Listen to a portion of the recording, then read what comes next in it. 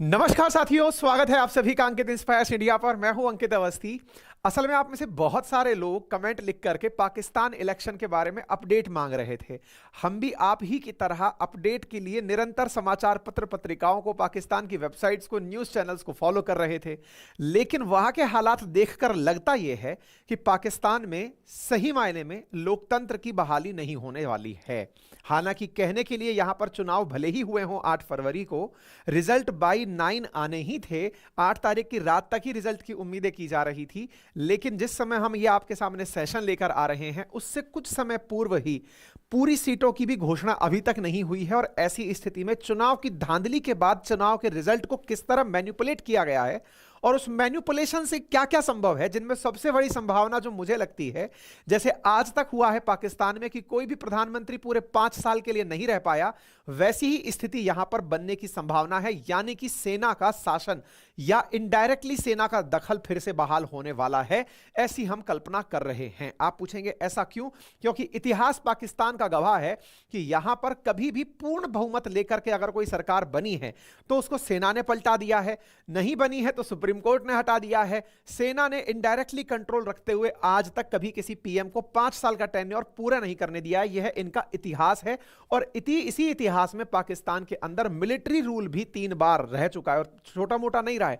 58 से लेके 71 तक, 77 से लेके 88 तक, और फिर 99 से लेके 8 तक, यानी लगभग इनका 35 से 40 साल तो सेना के शासन के अधीन रह चुका है। बाकी जो बचा हुआ है वो बाकी सत्ताएं जो बनी हैं उनको या तो मार दिया गया, असैसिनेटेड कर दिया गया, या फिर उनको सुप्रीम कोर्ट ने डिस्क्वालीफाई कर दिया, या फिर उठाकर पीएम को जेल में डाल दिया। कुछ ऐसा ही चल रहा है। खैर, come to the point for the today's election results, हम उस पर बात करते हुए आज की तरफ आगे बढ़ते हैं। जैसा आप सभी जान रहे हैं, पाकिस्तान के अंदर इलेक्शन अंतरिम सरकार के द्वारा संपन्न करवाए गए हैं। इसको थोड़ा सा मैं ब्रीफ कर देता हूं।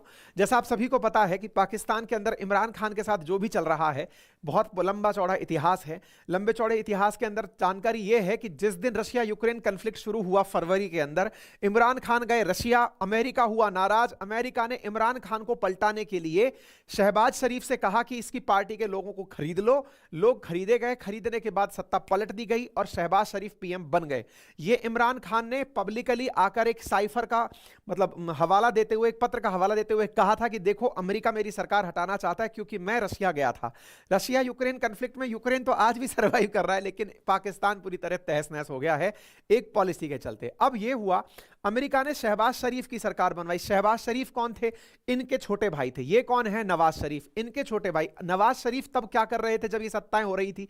नवाज शरीफ उन दिनों लंदन बैठे हुए थे। लंदन में बैठे हुए थे, क्यों बैठे हुए थे? क्योंकि इनके ऊपर आरोप था, हवाला पेपर के अंदर ये जानकारी निकली थी कि इन्होंने अपना पैसा जो है वो उठा करके विदेशों के अंदर रखा हुआ है। इनके बारे में जानकारी ये निकल के आई थी पनामा पेपर्स के मामले से कि इन्होंने पनामा नामक जगह पर अपना पैसा बहुत सारा छुपा कर रखा हुआ है। सुप्रीम कोर्ट ने इनको डिस्क्वालीफाई कर दिया था। इमरान खान ने जेल का घोषणा कर दी थी। ये फरार होकर लंदन चले गए थे। ये वहीं से बैठकर अपने भाई से अमेरिका की मदद से सरकार पलटवाए। इमरान खान का यही तो आरोप था, सरकार पलटवाए। शहबाज शरीफ सरकार में आ गए। शहबाज शरीफ सरकार में आ गए तो ये बीच में कौन है? तो ये है बीच में बिलावल भुट्टो, जो कि हमेशा सपोर्टिव रोल में रहे। सपोर्टिव का मतलब क्या हुआ कि 3 बड़ी पार्टी में इनकी पार्टी है पीपीपी, उस पार्टी से ये निकलकर आते हैं। इनके फादर हुआ करते थे भुट्टो के, वो पार्टी को बनाए थे। तो ये फिलहाल बिलावल जो भुट्टो हैं, ये सरकार में सहयोगी बनकर के सरकार चलवा रहे थे। चलिए फिर आते हैं, थोड़ा आगे बढ़ते हैं।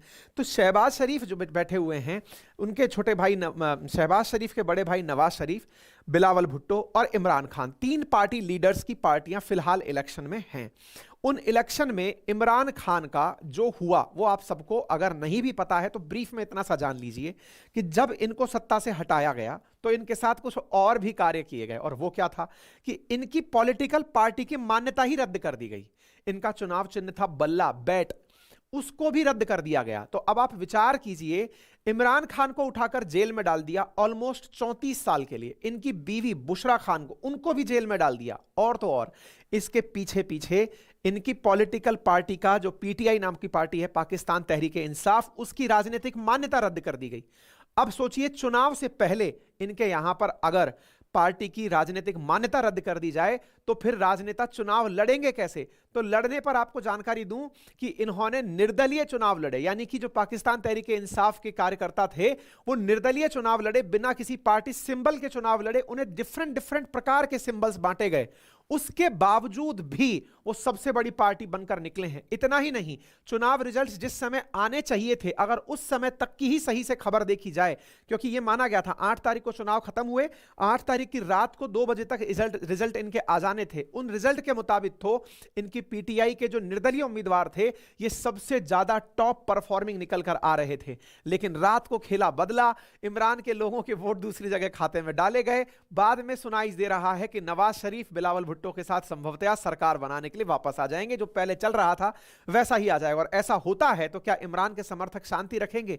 मुझे तो नहीं लगता, क्योंकि 9 मई को जिस प्रकार से इन्होंने सेना के मुख्यालयों में आग लगाई थी वैसे ही यहां पर अशांति की स्थितियां बनेंगी। तो चलिए अब क्रोनोलॉजिकली मैं एक एक चीज आपको सारा डिटेल में बताता चलता हूं, देखते चलिएगा। देखिए, पाकिस्तान में बात वोटिंग की हो रही है, सुर्खियां आपके सामने है, पाकिस्तान के रिजल्ट्स आने वाले थे। जैसा मैंने आपसे कहा, अंतरिम सरकार। पाकिस्तान में कल्चर यह है, पाकिस्तान और बांग्लादेश में, हालांकि बांग्लादेश की कहानी भी बिल्कुल अंतरिम सरकार के कारण ही बिगड़ी हुई है। चुनाव से पहले इनकी जो मेन सरकार होती है वो इस्तीफा दे देती है और वो अपनी जगह केयर टेकर पीएम बिठा देती है। तो केयर टेकर पीएम को अंतरिम सरकार कहा करके यहां पे सरकार चलाई जाती है। हुआ ये कि पाकिस्तान के अंदर 8 फरवरी के दिन चुनाव हुए। इनके यहां पर चुनाव बैलेट पेपर से होते हैं, जैसे अपने यहाँ ईवीएम से होते हैं, इनके यहाँ बैलेट पेपर से चुनाव होते हैं। बैलेट पेपर से आपको अपना वोट देना होता है, स्टिकर लगा लगा कि भाई मैं इसको वोट दे रहा हूं, ठीक है। बैलेट पेपर से मत डाला गया, बैलेट पेपर की काउंटिंग होती है, सेम डे काउंटिंग शुरू हो जाती है। जैसे अपने तो क्या होता है, ईवीएम में आपने वोट दिया, वोट देने के बाद ईवीएम को सुरक्षित ले जाकर रिटर्निंग ऑफिस के मुख्यालय में रखवा दिया जाता है, फिर एक तिथि पर जाकर चुनाव की मतलब वोटों की काउंटिंग होती है। इनके यहाँ पर पूरे देश में एक ही दिन चुनाव होते हैं, यानी कि कई चरणों में चुनाव नहीं होते। जैसे भारत में कई चरणों में चुनाव होते हैं क्योंकि बड़ी पॉपुलेशन है हमारे पास, इनके यहाँ पे 14 करोड़ के आसपास ही केवल मतलब वोटर्स हैं। तो ऐसी स्थिति में एक दिन में ही इलेक्शन होते हैं, सेम डे ही वोट का काउंटिंग शुरू हो जाता है। वोट की काउंटिंग रात भर चलती है और लेट नाइट 2 PM तक, यानी 8 तारीख को चुनाव हुए हैं तो 8 की रात 12 बजे बाद 9 तारीख शुरू हो गई, तो 9 तारीख की सुबह 2 बजे तक इलेक्शन रिजल्ट्स एक्सपेक्ट किए जाते हैं कि वहां तक रिजल्ट पहुंच जाएंगे, ठीक है साहब। अच्छा, तो 8 तारीख को इनके यहाँ इलेक्शन होने थे, बाकायदा शांतिपूर्वक तरीके से इलेक्शन हुए। हालांकि इनके खैबर पख्तूनवा वाले क्षेत्र के अंदर लोगों ने चुनावों का विरोध वगैरह किया, वहां पर ब्लास्ट व्लास्ट भी हुए, 15-20 लोग मारे भी गए, ठीक है। अभी जो करंट अपडेट निकल कर आ रहा है, जिस समय मैं आपको इस रिजल्ट की चर्चा सुना रहा हूं, उस समय पाकिस्तान के तहरीक-ए-इंसाफ, क्योंकि अल्टीमेटली ये लोग तो डायरेक्ट चुनाव की पार्टी सिंबल तो थी नहीं इनके पास, ना पार्टी था ना सिंबल था, लेकिन निर्दलीय लड़े थे। तो निर्दलीय लड़े थे, उनका नंबर 99 निकल कर आ रहा है कि 99 उम्मीदवार जीत गए हैं। पाकिस्तान मुस्लिम लीग जो नवाज शरीफ वाली है उसके 71 और पाकिस्तान पीपल्स पार्टी उसके 53 उम्मीदवार जीत गए हैं। कुल मिलाकर पाकिस्तान के अंदर जो इलेक्शन हुआ था वो 266 सीटों के लिए हुआ था। 266 में से 134 सीटें जिसके पास भी होती हैं वो सरकार बना लेता है। इनकी नेशनल असेंबली के अंदर, जैसे अपने संसद है, इनकी नेशनल असेंबली है, इनकी नेशनल असेंबली के अंदर लास्ट बार जब 2018 में चुनाव हुए थे तो पीटीआई 149 सीटों पर आई थी। कहा यह जा रहा था कि इस बार भी इमरान की पार्टी के लोग इससे ज्यादा सीटें जीतकर आएंगे, लेकिन और जीत भी गए थे। मैं आपको कुछ डेटा दिखाऊंगा, लेकिन सुबह ये पलटा बदला है और 10 तारीख को सोचिए, 9 तारीख की सुबह 2 बजे, रात को 2 बजे आने वाले जो रिजल्ट्स थे वो 10 तारीख को सुनाए जा रहे हैं और उसमें इस प्रकार की जानकारियां आ रही हैं, ठीक है साहब। तो इनके यहां पर गुरुवार सुबह 8:30 बजे चुनाव शुरू हुए थे और वोट शुरू हुए थे, 5:30 बजे वोटिंग खत्म हुई और 9 फरवरी तक ही इनके आने की उम्मीद, मतलब रिजल्ट आने की डेट रखी गई थी कि तब तक रिजल्ट आ जाएंगे। लेकिन इस बीच में पाकिस्तान में खेला हो गया। क्या हुआ? खेला भाई, जब 5-5:30 बजे इलेक्शन खत्म हुए तो तत्काल प्रभाव से इंटरनेट बंद कर दिया गया। क्यों? क्योंकि जब वोट काउंट होगा तो वोट काउंट होने पर लोगों को सूचनाएं भिजवाई जाएंगी कि हां भाई फलाना सिंह आगे चल रहा है, टीवी पर टैली चलेगी, टीवी पर दिखाया जाएगा, लाइव कवरेज आएगा। इंटरनेट इन्होंने बंद करवा दिया। इंटरनेट बंद करा दिया, इस पर एमनेस्टी इंटरनेशनल ने संज्ञान लिया। उसने कहा कि यह क्या चल रहा है भाई, अगर ऐसी स्थिति में जब किसी को पता ही नहीं चल रहा है अंदर क्या चल रहा है तो लोगों को कैसे पता चलेगा कि पीपल्स राइट का ख्याल रखा जा रहा है, ठीक है साहब। ऐसी स्थिति में मीडिया रिपोर्ट्स आना शुरू हुई शुरुआती रुझानों के अंदर कि पीटीआई के कार्यकर्ता, पाकिस्तान की तहरीक-ए-इंसाफ जो इमरान खान की पार्टी के लोग हैं, वो आगे चल रहे हैं। भले ही इंटरनेट बंद हो लेकिन अंदर से लोगों के द्वारा खबरें आना शुरू हुई। पाकिस्तान की नेशनल असेंबली में कुल मिलाकर 336 सीटें हैं। आप कहेंगे अभी थोड़ी देर पहले तो आप कह रहे थे कि यहां पर 265 हैं। मैंने कहा भाई 336 सीटों में चुनाव 265 के लिए होता है, तो फिर बाकी के लिए क्या होता है? बाकी के लिए महिलाएं और अल्पसंख्यकों की सीट रिजर्व होती हैं, और रिजर्व सीटें जो हैं वो नॉमिनेशन से भरी जाती हैं, यानी कि चुनाव इन्हीं 265 के लिए होता है। बाकी लगभग 60 और 10 का रेशो होता है, इनको महिलाओं के लिए रिजर्व रखा जाता है, और महिलाएं यहां पर नॉमिनेशन से भेजी जाती हैं, ठीक है ना। 3 मेजर पार्टियों के बीच में यह मुकाबला चल रहा था। तो एक बार के लिए आप ऐसे देख लीजिए, 266 तो इनके यहां पर नेशनल असेंबली के अंदर जिनके वोट के थ्रू चुना जाना है जिनको, 60 सीटें महिलाओं के लिए रिजर्व है और 10 सीटें इनके यहां पर अल्पसंख्यकों के लिए रिजर्व रखी गई हैं, और कोएलिशन से यहां पर सरकार बनाने का प्रावधान चलता है, ठीक है। अच्छा, इनके यहां पर 266 सीटों के अंदर जो सबसे ज्यादा सीटें आती हैं वो पंजाब प्रांत की आती हैं। इसीलिए जो पंजाब जीत जाता है, पंजाब पाकिस्तान वाला पंजाब, जो पंजाब जीत जाता है वो इनकी सरकार बना लेता है। तो 141 सीटें अकेले पंजाब में आती हैं। तो 266 के अंदर से 136 सीटें, मतलब 136 सीटों का ही था ना इनका, 134 सीटें, 134 सीटों पर ही बहुमत प्राप्त हो जाता है। जिसके 134 सीटें मिल गई वो चुनाव, मतलब वो सरकार बना लेता है। तो पाकिस्तान के इलेक्शन कमीशन ने 8 तारीख को जब वोट खत्म हुआ तो अपने द्वारा जानकारी दी कि सक्सेसफुली इलेक्शन कंप्लीट हो गया है। अब समय के साथ समझते जाइए सारी चीजों को। 8 फरवरी को इलेक्शन खत्म हुआ, 8 की रात और 9 की सुबह, टाइमिंग को इस तरह से समझना और ट्वीट्स के टाइम को देखते चलना। 9 फरवरी के दिन सुबह 3:14 पर खबर बाहर आती है एक बहुत बड़े हैंडल के थ्रू, जिसके 1.2 मिलियन फॉलोअर है पाकिस्तान के अंदर। ब्रेकिंग न्यूज के लिए जाना जाता है इन्हें।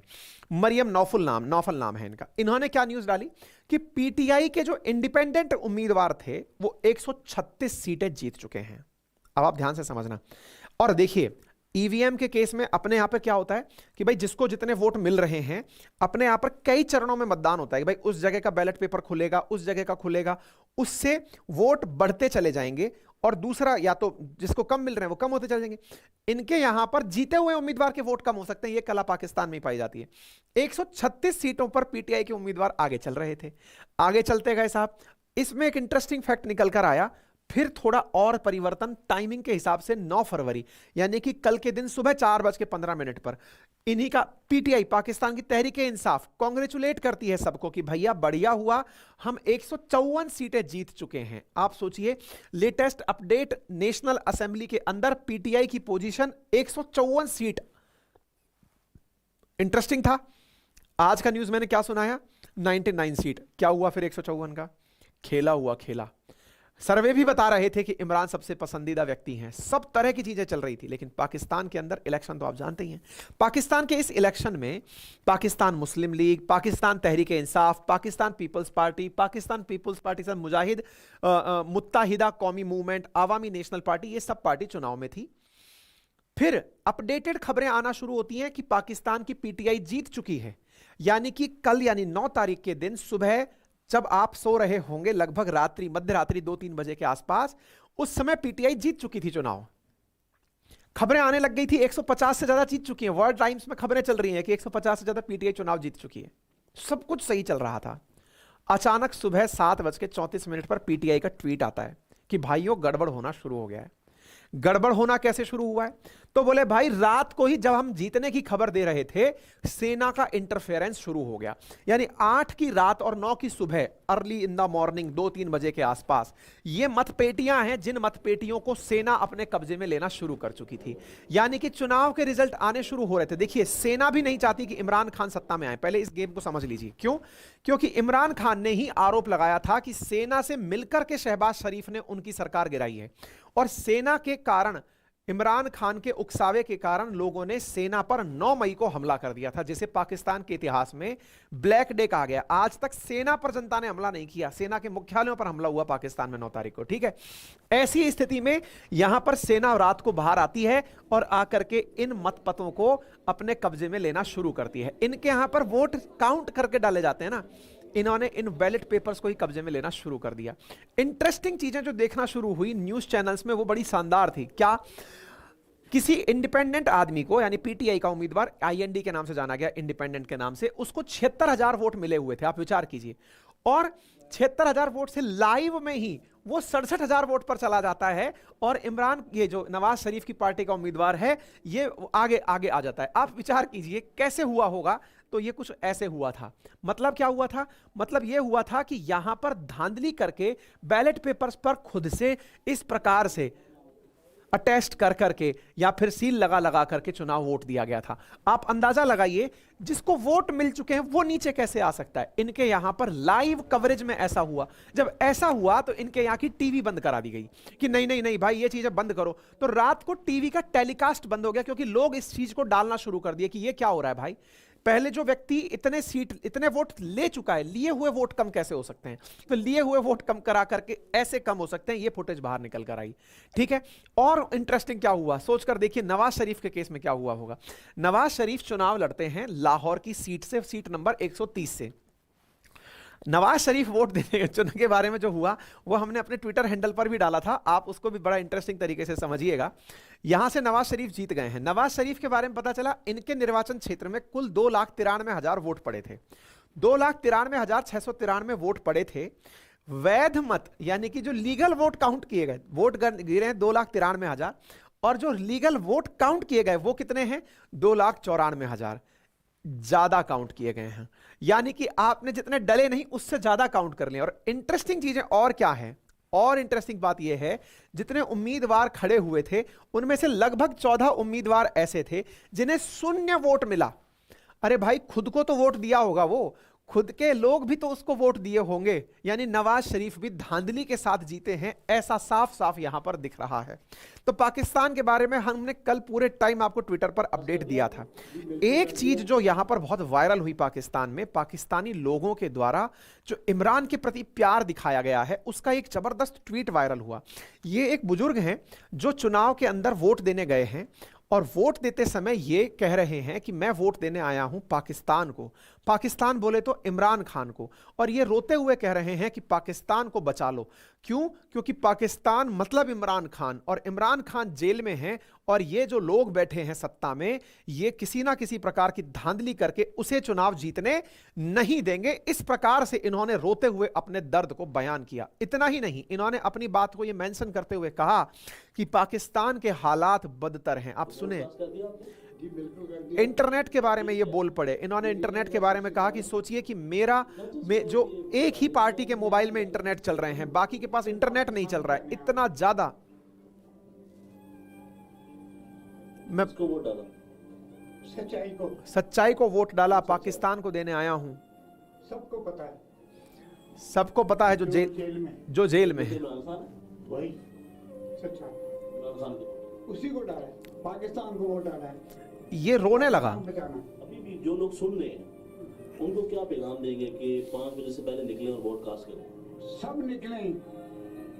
निकलें वोट डालें, पाकिस्तान बचाएं। सब निकलें वोट डालें, पाकिस्तान बचाएं। इतने जज्बाती क्यों है? क्या मसला हो? पाकिस्तान डूब रहा है बेटा, सब पाकिस्तान डूब रहा है। एक देश के नागरिक की अगर ये दशा है, जो अपने देश के प्रति इतना वफादारी के साथ दुख मना रहा है, निश्चित ही लोकतंत्र के अंदर जनता अपने आप को केवल इस्तेमाल होता हुआ देख रही है। ये एक बयानगी है। पाकिस्तान के हालात कितने बुरे हैं इसका अंदाजा आप इस चीज से लगा सकते हैं कि पाकिस्तान की जनता त्रस्त है हुक्मरानों से, पाकिस्तान की जनता त्रस्त है पपेट बन जाने से। उनका उपयोग जो दुनिया भर के लोग कर रहे हैं, इधर से उठाकर के अमेरिका, उधर से उठाकर चाइना, उधर से उठाकर रशिया, कोई ना कोई उन्हें बेचारा पेले पड़ा है, इधर से उधर ढेल दे रहा है, इधर से उधर गिरा दे रहा है कि भाई इनको मत काउंट करो, इनको मानो ही मत। हालात देखिए कि एक सत्तारूढ़ पार्टी में बैठे आदमी को, चाहे वो भारत विरोधी था चाहे भारत हितैषी था, या तो कोई कभी बैठा ही नहीं ना भारत हितैषी या विरोधी, वो तो हमेशा ही एक पार्टी चल के चले कि हम तो दुश्मन हैं। तो ऐसी स्थिति में भी अगर वहां की जनता लोकतंत्र में विश्वास रख रही है लेकिन कुछ हो नहीं रहा है, तो ये दुर्भाग्यपूर्ण स्थिति है। ऐसे लोगों के जो आंसू है ना, ऐसे लोगों का जो समर्थन है, वो पाकिस्तान में जो बनने वाली सरकार है, क्योंकि अब ये तो तय है कि इमरान खान को तो ये लोग सत्ता में आने नहीं देंगे, क्योंकि नवाज शरीफ पीपीपी के साथ गठजोड़ करके सरकार बनाएगी। अब गठजोड़ करके सरकार बनाएगी तो जो लोग रियल में चुनाव जीते थे, उनके जो उम्मीदवार हैं, उनके जो समर्थक हैं, वो विरोध करने सड़कों पर आएंगे, और उनका विरोध यहां अशांति लाएगा, और अशांति पाकिस्तान की कंगाली में आटा गीला करने जैसा हाल कर देगी। ठीक है, पाकिस्तान के अंदर इमरान खान के समर्थकों का जो जोश है वो देखते ही बनता है। इमरान खान के लिए लोगों ने इतना प्यार दिखाया कि वो जेल में है तो विक्ट्री फ्रॉम जेल के बोर्ड लगाए। इतना ही नहीं, आर्टिफिशियल इंटेलिजेंस के माध्यम से लोगों ने एआई वर्जन निकालकर इमरान खान का वीडियो रिलीज किया। इमरान खान के द्वारा बोला गया कि इमरान खान जीत रहे हैं।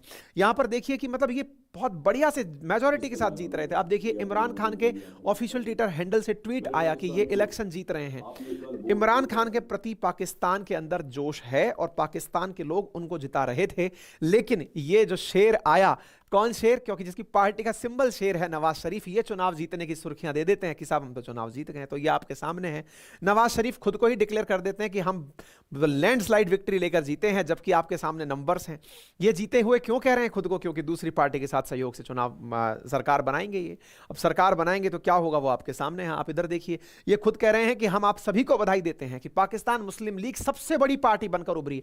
आप विचार कीजिए, कल दोपहर में तो हम ये ट्वीट कर चुके थे। इसका अंदाजा आप इससे अंदाजा लगाइए कि पाकिस्तान के हालात क्या हैं, कि पाकिस्तान के नवाज शरीफ खुद को सबसे बड़ी पार्टी डिक्लेयर कर दे रहे हैं। कैसे भाई? तो पॉसिबिलिटी तो जब पीटीआई जीती हुई है फाइनल रिजल्ट में, पर खैर ठीक है। फिलहाल के लिए बिलावल भुट्टो जरदारी का फिर से उपयोग होगा। इन दोनों को मिलाकर सरकारें बनाई जाएंगी। उम्मीद है कि आप लोगों को यह बात समझ में आ जाए। ठीक है, दुनिया की इस विषय पर क्या प्रतिक्रिया रही वो निश्चित ही देखने लायक होगा। दुनिया के लिए अच्छा, लोग कयास लगा रहे हैं कि सरकार कैसे बनाएंगे। तो सरकार बनाना नवाज शरीफ के लिए ऊपर के मसीहाओं ने कहा हुआ है, अमेरिका ने कहा हुआ है, तो सरकार तो बना ही लेंगे ये लोग। बनाने के लिए क्या करना है? इनको बिलावल भुट्टो के साथ गठजोड़ करना है।